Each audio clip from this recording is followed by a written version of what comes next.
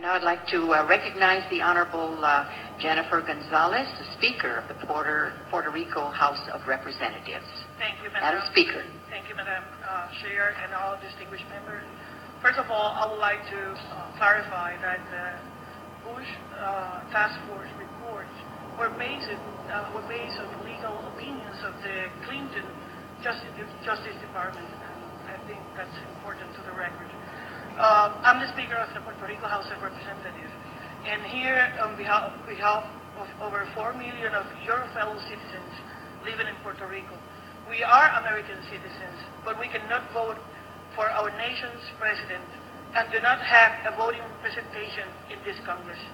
We have one representative who cannot vote in the full House, not even for this bill, which determines our future. In the past days, we have witnessed millions of people marching and protesting in a distant land. To defend the votes they cast, they are risking their lives to defend their right to vote. I'm here to support H.R. 2499 because we, your fellow citizens, also have the right to choose our destiny. This bill will finally authorize our people to vote on whether we want to continue on the current condition or choose a different one. Opponents allege that the bill is not fair and that it leans the vote against the current relationship. Of course, that's not true. The basic question before voters whether they still consent to live in a territory. If the voters support the territory, then it is clear that the majority of Puerto Ricans truly favor the current colonial arrangement. However, if the territory is democratically rejected, it means that the true majority of Puerto Ricans no longer consents to the territorial government. If that is the case, Puerto Ricans will then choose between status options that ends the territorial condition. Opponents also allege a lack of consensus. I do not agree with that either. The language of the bill reflects our resident commissioners' efforts to reach a consensus and address opponent objections, well granted or not.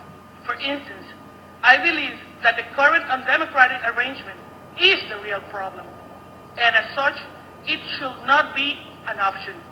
Yet, this bill allowed Puerto Ricans who supported a vote in order to extend it. Further, the bill does not label the current Commonwealth as territorial, as some requested, nor does it make clear that under it, Puerto Rico is subject to congressional authority under the Territory Clause, allowing some supporters to continue the claim that it is not. Despite the above, I support this bill. I support the H.R. 2499.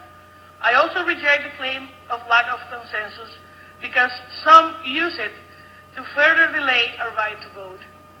There is consensus that a non-colonial solution is needed, but if what opponents mean by consensus is unanimity about means and ends, then that's just a way to prevent anything from happening.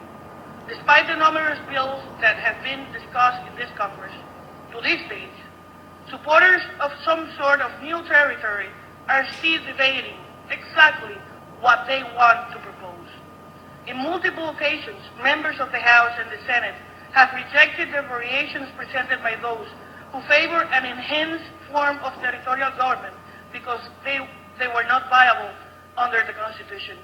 Accordingly, and after a strong lobbying effort, the process has been delayed, ironically, because supporters of the current relationship cannot even reach an internal consensus on what they want.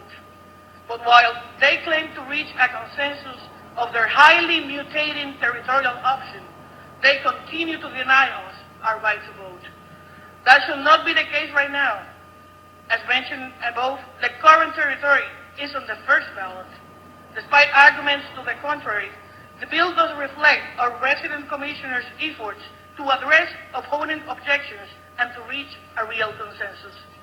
I have to add that effort, despite the fact that the opinions as to how we will solve Puerto Rico's status were very clear to the voters in the last November election.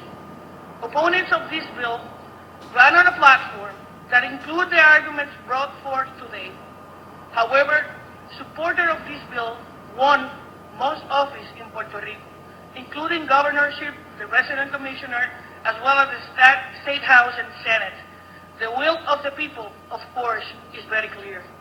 Finally, a lot has been said about the fact that in over 111 years, Congress had never given Puerto Ricans an opportunity to hold a vote between viable alternatives to solve this fundamental issue.